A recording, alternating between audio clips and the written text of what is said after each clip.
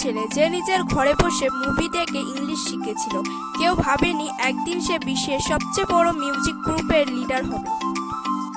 এই গল্পটা কিম নামজনের, যাকে আমরা RM নামে চিনি।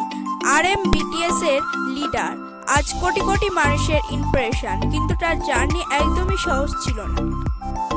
ছোটবেলা থেকেই নাজমুন ছিল পড়াশোনায় খুব ভালো।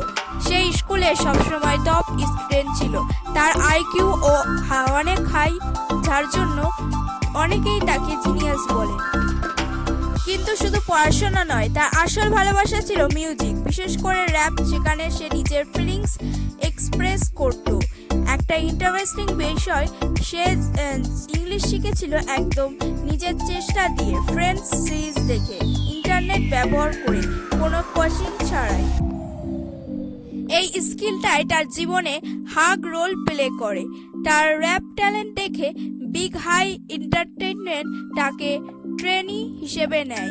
সেই সময় কোম্পানিটা এত বড় ছিল না, ফিউচার আনসার্টেন ছিল, অনেক প্র্যাকটিস, অনেক স্ট্রাগল। এই সময়টা খুবই কঠিন ছিল।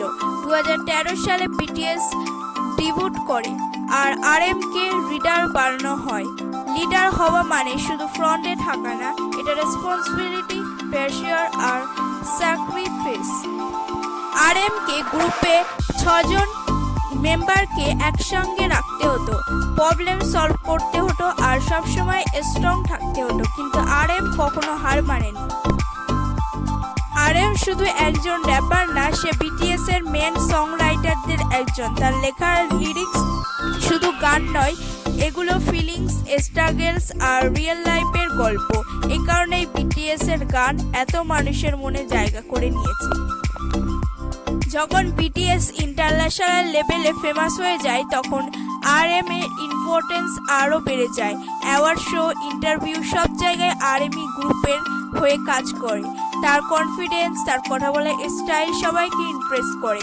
কিন্তু ফেম আসার সাথে সাথে প্রেশারও আসে। ক্রিটিসিজম, হেড, সবকিছু ফেস করতে হয়েছে তাকে। কিন্তু RM সবসময় ক্লেম থেকেছে আর নিজেকে ফোকাস হারায়নি। একটা মোমেন্ট যাটাকে আলাদা করে, তার ইউনিক ন্যাশনাল স্পিচ। সেখানে RM বলেছিল, নিজেকে ভালোবাসো, নিজের ভয়েস খুঁজে বের করো। এই স্পিচ শুধু BTS ফ্যান্স না, সারা পৃথিবীর মানুষকে ইন্সপায়ার করেছে। আজ BTS বিশ্বের সবচেয়ে বড় মিউজিক গ্রুপগুলোর একটি, আর এই সাকসেস এর পিছনে RM এর লিডারশিপ একটা বড় কারণ।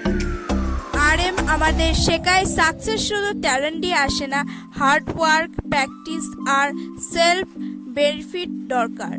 একটা ছোট ছেলে থেকে গ্লোবাল লিডার হওয়া, এই জার্নি সত্যিই আনবিলিভেবল।